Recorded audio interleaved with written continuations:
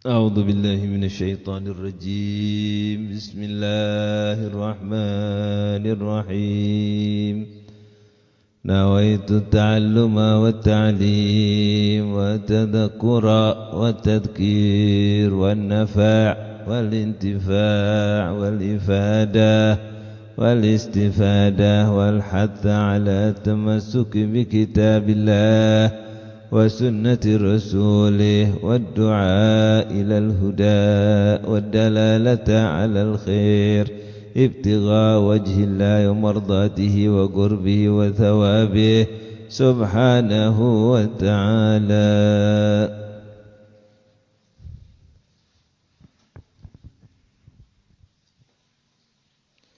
Bismillah, walhamdulillah, wassalatu wassalamu ala sayyidina rasulillah wa ala alihi wa sahbihi wa man walah.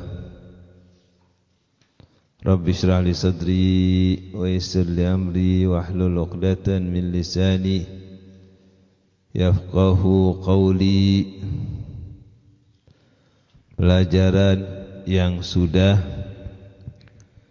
perlu kita jaga dan kita angen-angenin dan usahakan semaksimal mungkin untuk diamalkan. Diusahakan untuk mendapati kesempurnaan secara langsung itu sulit. Harus kita melatih diri kita sendiri. Yang masih muda sangat beruntung sekali karena akan menjadi ilmu yang membekas di dalam sifat, di dalam hati, di dalam akal. Tapi yang sudah tua, yang sudah dapat umur khususan 40 tahun ke atas, jangan putus asa. Allah subhanahu wa ta'ala insyaallah akan membantunya sehingga menjadi adatnya dia adalah ibadah.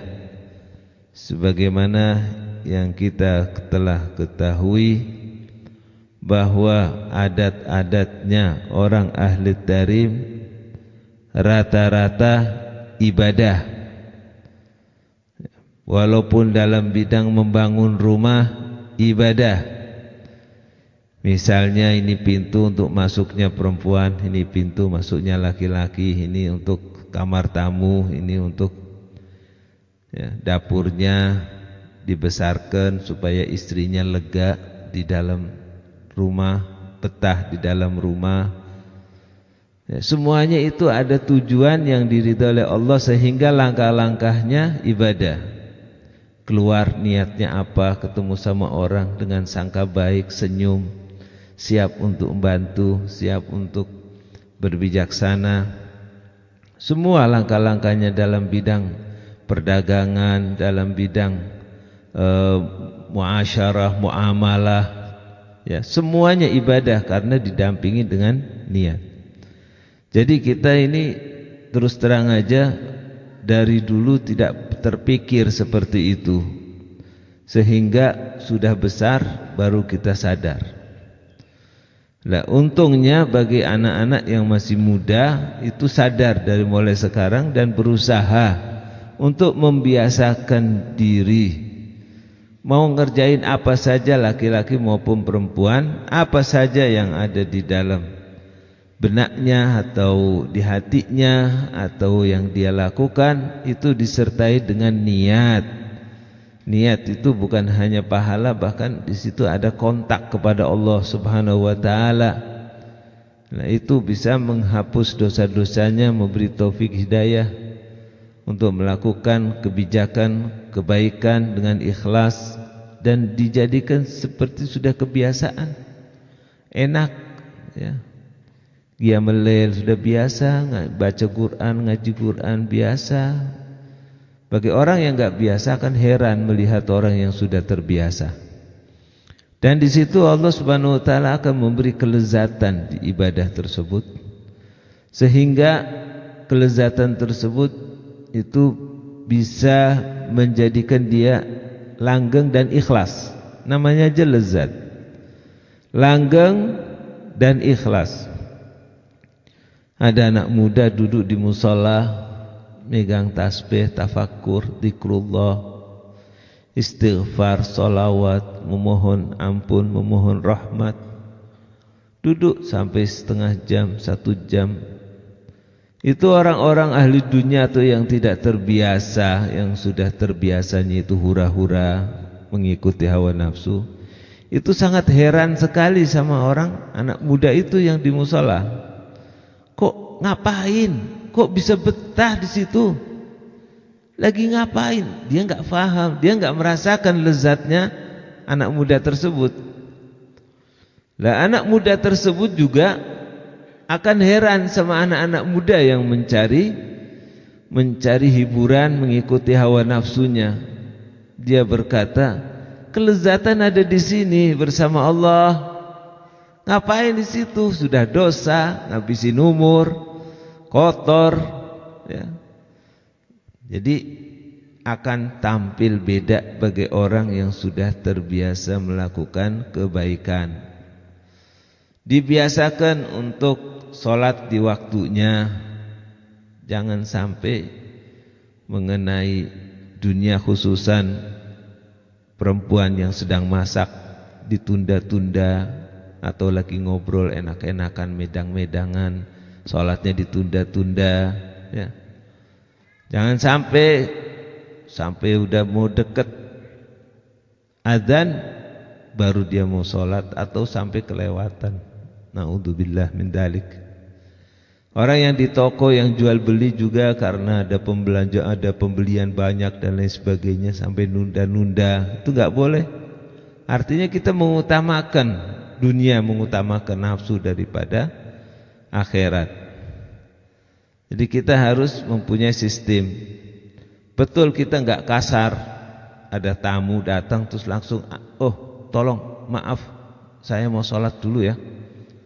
Ya enggak, tapi diterima dulu tamunya, didudukkan dulu, diusahakan sejukkan hatinya dengan kata-kata yang indah, dikasih teh, dikasih apa, minuman atau makanan, terus dia permisi mau sholat. Wajar-wajar saja, ya. Jangan terlalu kasar. Oh, ini sholat, ada tamu, nanti dulu. Ada orang pembeli, nanti dulu. Masakan diberhentikan karena azan. Jangan kasar. Ya, kalau memang nggak ada kerjaan, ya langsung sholat nggak ada masalah. Tapi kalau ada kerjaan, diselesaikan secepat mungkin dan diutamakan sholat. Karena kalau dia tinggalkan pekerjaan atau apa dengan dadak, ya, tidak pakai konsentrasi, ya, niat-niat yang baik bahwa ini yang dipuji oleh Allah Subhanahu wa taala, maka dia sholat pikirannya ke dapur atau pikirannya ke toko, atau itu diusahakan supaya diselesaikan, tapi bukan artinya menghabiskan waktu sholatnya, ya. Jadi kalau mau sholat isya tapi makanan, ya, makanan sudah siap, gedemel asya alal isya, makan dulu karena waktu isya kan panjang. Ya, walaupun setengah jam setelah adzan sholat gak ada masalah, 1 jam juga gak ada masalah. Beda sama maghrib. Kalau maghrib itu harus diusahakan secepatnya karena waktunya pendek. Kenapa suruh makan dulu? Karena agar pikirannya gak ke makanan. Dia bisa konsentrasi, dia bisa khusyuk, bisa hudur. Tapi kalau sudah waktunya mepet, walaupun ada makanan, gak ada makanan, ya ditinggal semuanya, ya.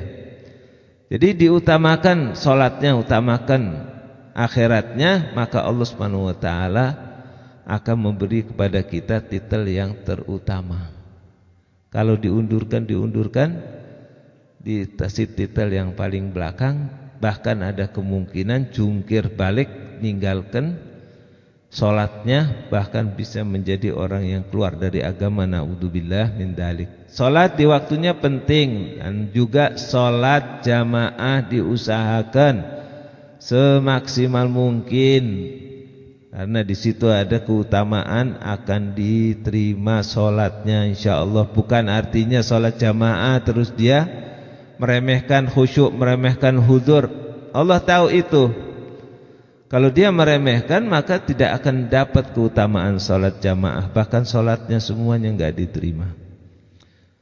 Jadi kita lakukan semaksimal mungkin, sekaligus kita mengharapkan untuk